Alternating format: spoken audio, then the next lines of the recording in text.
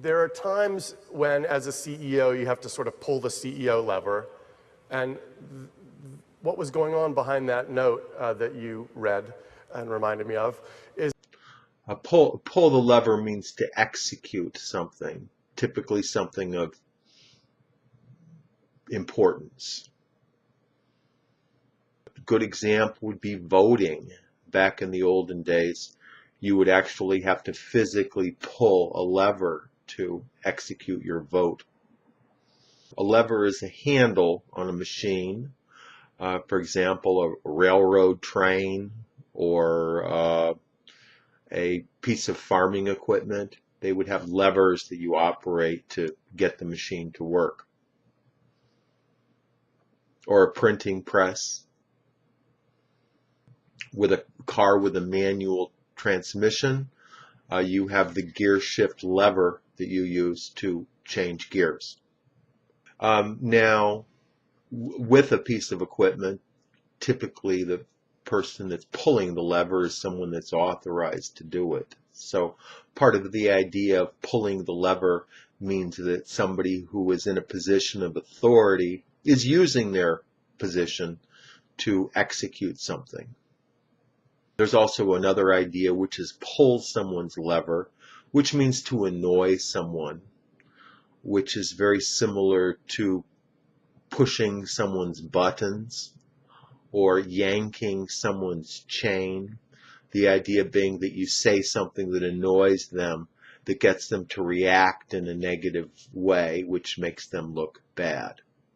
There's also another use of the word, which is pulling levers, which is very similar to pulling strings, which means to operate behind the scenes to make something happen where it's not obvious about what you're doing. So, for example, some rich man's kid, the rich man will pull levers to get the kid a job at a good company, good salary, everything good for the kid. But he doesn't want to make it obvious that he's helping the kid so that the kid can say he got it on his own. Or similarly in diplomacy, governments, oftentimes in the United States, will pull levers with other countries, which means to give them either incentives or disincentives to agree with U.S. policy. For quite a number of months, Obama talked about granting parole of sorts to illegal immigrants or undocumented immigrants. And then finally, a number of months ago, he pulled the lever and announced his executive decision, which was long expected for a long time. As a lot of people know, Facebook has been phenomenally successful for quite a number of years.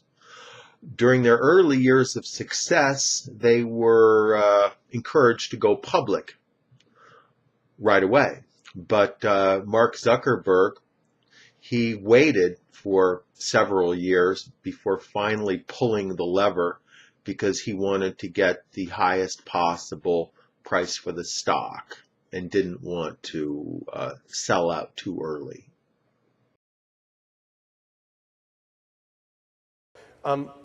So a couple things about bringing new people into the company and making sure they're up to speed quickly. I take time to speak to every new hire class that we have. We've put everybody who's brought into the company through a very specific set of orientation. To be up to speed refers to operating at full capacity. The idea apparently comes from a ship which can be quite large, where they put it under power and it might take a while for it to finally get up to its peak speed. So similarly, if you have an organization or a factory or you have some sort of productive thing, that it might take a while, some fine-tuning, to get the factory or whatever it is up to speed where it's operating at full capacity. And similarly, the idea is also used especially with people. Typically where somebody is starting a new job or gets a new responsibility, maybe they get a promotion, and then when they're in their new position, it takes them a while to sort of figure out what's going on and to get up to speed. So in this sense, getting up to speed means to familiarize yourself with a new situation and to learn how to react appropriately. So if it's another person, let's say an employee, then you might bring the person up to speed or get the person up to speed. Or if they're doing it themselves, then they would say they are getting up to speed. We recently hired 10 new people in our department, so it's going to take a couple of weeks to get them up to speed.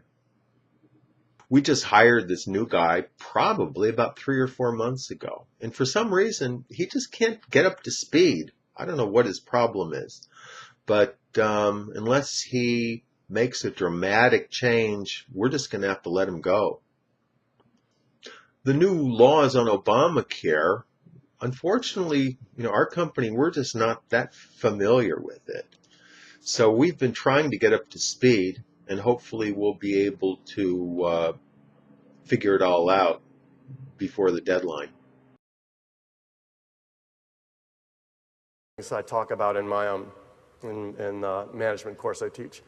People quit their manager. They just do. And so I've always sort of snicker at those exit interview questions and think they should be much different than why are you leaving? To snicker means to laugh or giggle in somewhat of a stifled manner, oftentimes a pretended stifled manner.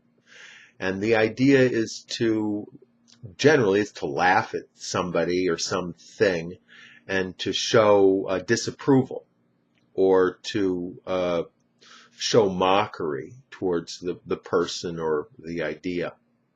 Oftentimes, children will snicker at other children as a way of showing dislike or approval or even bullying towards the other children. Similarly, adults can snicker over ideas that they don't agree with. If you ever look at the English Parliament on TV, typically what the opposition party will do is they will snicker at the speeches of the leaders of the opposite parties as a way of trying to rattle them and trying to belittle their ideas and their points. And they do this as just part of their regular routine. Very, very, very disrespectful towards the other party. I went to a funeral of this guy I didn't like who was at work. And when they started to say all these nice things about him, I had to suppress a snicker because it wouldn't have looked good to do that at a funeral. That's all for today. Tom Taylor is an ESL tutor. He teaches English in the United States and outside, all over the world using Skype. He can be reached at his website, which is ESL-fullsteamahead.com. Click on this link and check out his website and email with questions. Thank you, Tom, and I'll talk to you next time. Thank you.